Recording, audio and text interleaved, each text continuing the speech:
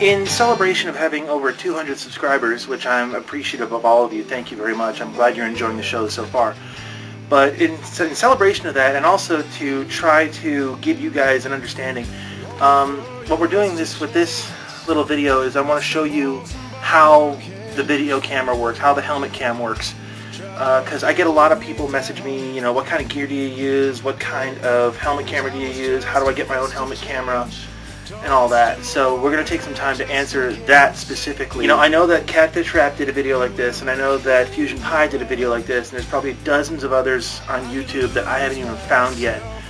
But I want to throw this out there because, well, a lot of people ask me the same question over and over again, so if I haven't found it, that means they probably haven't found it either. First of all, let's talk about the helmet cameras. When you're talking about helmet cameras, there are so many varieties to choose from that a lot of people tend to get lost.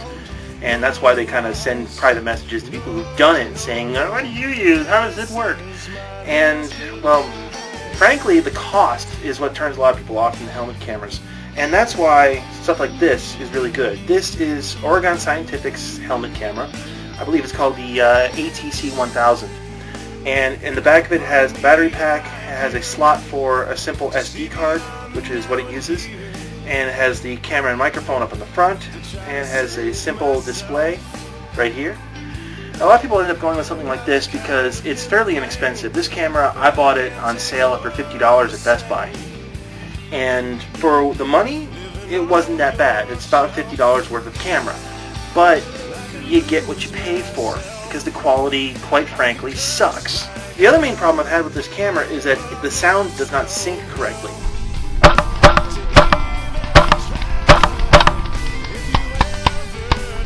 For a lot of people, this would not be a problem, but for me, it's a major problem because, well, I'm a perfectionist. The other thing is you have to buy a memory card. There's just no way around that. There's onboard memory, which lasts for about 2 minutes of footage, and not many paintball games last 2 minutes, so you have to buy a brand new card. It has advantages. The advantage number one is that there's nothing attached to it, so you can literally just plug it in and go. But honestly, for the money, this thing is not that bad if you're not expecting any really high quality results. But for most of the videos that you guys watch, that you guys see in the FPS series, I'm using this camera right here. This is the helmet camera from helmetcam.com. This is the low end of it. So this is the 380 line version. They make a mid-range and a high-range version as well, but this is the cheapest one that you can get. And the quality is surprisingly good for what you're getting. The money that you spend on this, you get the microphone rig, you get this, and what really drew me to this in the first place, you get this, which is a protective shield. And this is pretty hardcore. This is pretty beefy. The way that this works is that the camera itself actually slides into here, into the protective housing, and it rests up against a piece of plexi that fits right on the front, right here. The advantage to this, obviously, is you get higher quality. Organization on a paintball field? Oh yeah. Nobody ever really does what they're supposed to, but if they do, it works. The disadvantage is the wire. You have to plug it into a recording unit, and of course, by plugging it in, you need a wire. Attaching it to your gear is actually pretty simple and straightforward, and it took me a little bit of trial and error to get where I liked it, but I kind of like the setup I've got right now. What I do is, I bought this from the people at helmetcam.com. It's a goggle band attachment. And the way that this works is that you just take the protective housing and you slide it into this sleeve like that, and it leaves enough of this protruding out so that it doesn't block any vision. And then when you're wearing the goggles, it stays nice and tight to the head. It doesn't shift. It doesn't move around. Some of the other rigs that I've used is I'll take zip ties or a piece of string, or I've taken shoelaces and I have tied it to the grill of the mask, which is why you get some of those really strange angles when I'm playing, but it's a work in progress. It's always a work in progress. Then there's the attachment of the microphone. That was experimentation all on its own.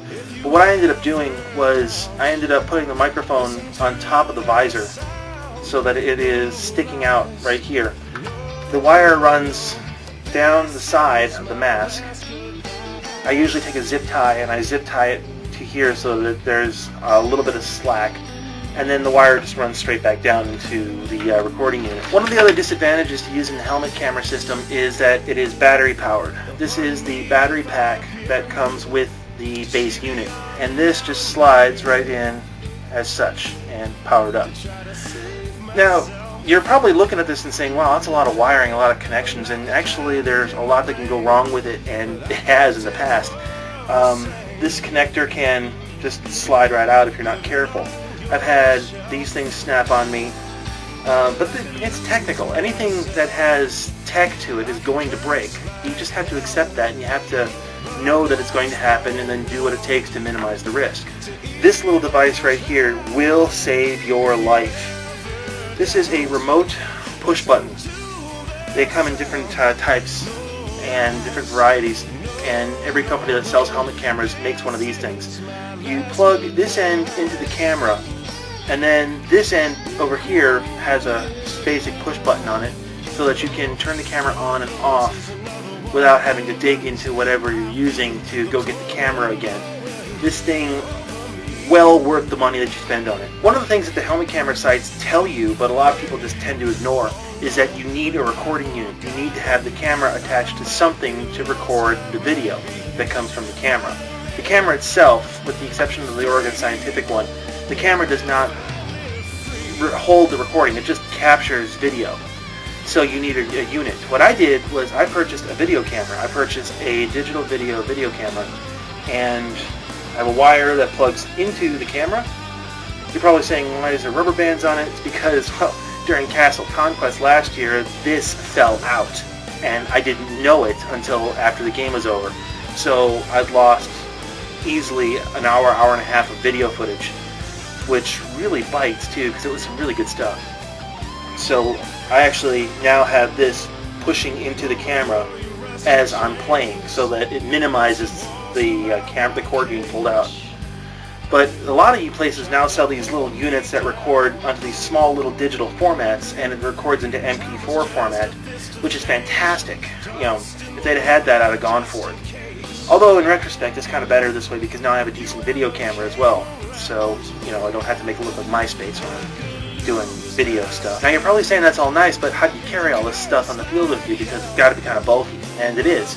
You have a couple options. They sell like these little packs you can carry that will hold the camera and hold the batteries and stuff, or you can do what I did and you can find something.